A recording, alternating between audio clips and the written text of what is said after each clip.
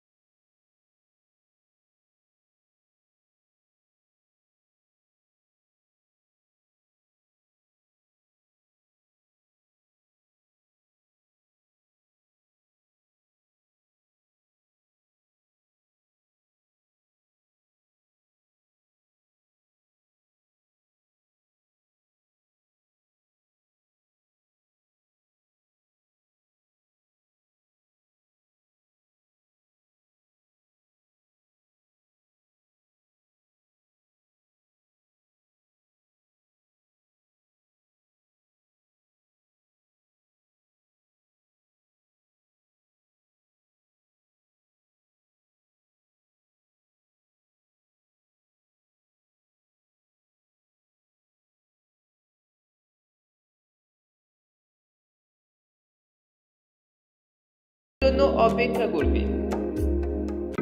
Part 2, মুসলিম উম্মার অবস্থা দিকভ্রান্ত ও নেতৃত্বহীন। মুসলিম দেশগুলো তখন থাকবে নেতৃত্বহীন, শাসকেরা থাকবে দুর্নীতিগ্রস্ত, এক নায়ক স্বৈরাচার, ইসলাম থাকবে শুধু বক্তৃতায়, কাগজে, বাস্তব জীবনে মানুষ হবে পশ্চিমা সংস্কৃতির দাস। সহিহ মুসলিম, নবীজি সাল্লাল্লাহু আলাইহি ওয়াসাল্লাম বলেছেন, লোকেরা এমন শাসকের অধীনে থাকবে যাদের অন্তরে শয়তানের রূহ থাকবে। সাধারণ মুসলমানরা তখন বলবে, কেউ নেই যে আমাদের ইনসাফ দেবে, কেউ নেই যে আল্লাহর বিধান কায়েম করবে। এই বেদনাদায়ক আর্তনাদই ডেকে আনবে ইমাম মাহদীর আগমন। পার্ট 3, সমাজ ব্যবস্থা, অশান্তি, মূল্যবোধের ধ্বংস ও ভয়। সামাজিকভাবে দুনিয়া হবে নেতৃত্বহীন, পরিবার থাকবে ভাঙ্গনের মুখে, বাচ্চারা জানবে না পিতামাতার মর্যাদা, যুব সমাজ ডুবে থাকবে নেশা, ফিতনা ও প্রযুক্তির দাসত্বে।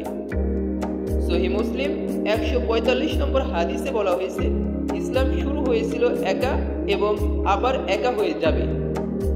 এই একাকিত্ব, এই গোমরাহির ভিড়েই একজন সত্যবাদী নেতা প্রকাশ পাবে, আর তিনি হবেন ইমাম মাহদী। পার্ট 4, আগমনকালীন আন্তর্জাতিক সংকট, বিশ্ব ব্যবস্থার পতন। ইমাম মাহদীর আগমনের পূর্বে হঠাৎ এক বৈশ্বিক সংকট শুরু হবে, এক অর্থনৈতিক ধস, বড় একটি যুদ্ধ, হয়তো কোনো মহামারী বা প্রাকৃতিক দুর্যোগ, যা মানুষকে আত্মমর্যাদাবোধ ও নেতৃত্ব সন্ধানের দিকে ঠেলে দেবে। তিরমিজি 2230 নম্বর হাদিসে বলা হয়েছে, পৃথিবী জুলুমে ছেয়ে যাবে আর মাহদী এসে তা ন্যায়ের আলোয় ভরিয়ে দেবে। তাহলে বলুন ভাই, এই সময় কি এখন আমাদের চোখের সামনে নয়? রাজনৈতিক নেতৃত্ব, সামাজিক মূল্যবোধ সবকিছু কি ভেঙে পড়েনি? এই সময় কি আমাদের মাহদীর জন্য প্রস্তুতি নেওয়া উচিত নয়?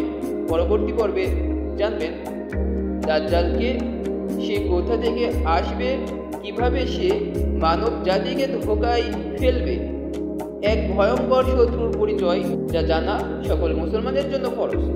আপনার দায়িত্ব এখানে শেষ নয়, শেয়ার করুন, লাইক দিন, সাবস্ক্রাইব করুন, যাতে পরবর্তী পর্ব মিস না হয়। এখানেই শেষ নয়, ইতিহাস এখন শুরু হচ্ছে। আল্লাহ আমাদের সকলের ওপর বর্ষণ করুক শান্তি, রহমত ও বরকত। আসসালামু আলাইকুম ওয়া রাহমাতুল্লাহি তাআলা ওয়া বারাকাতুহু।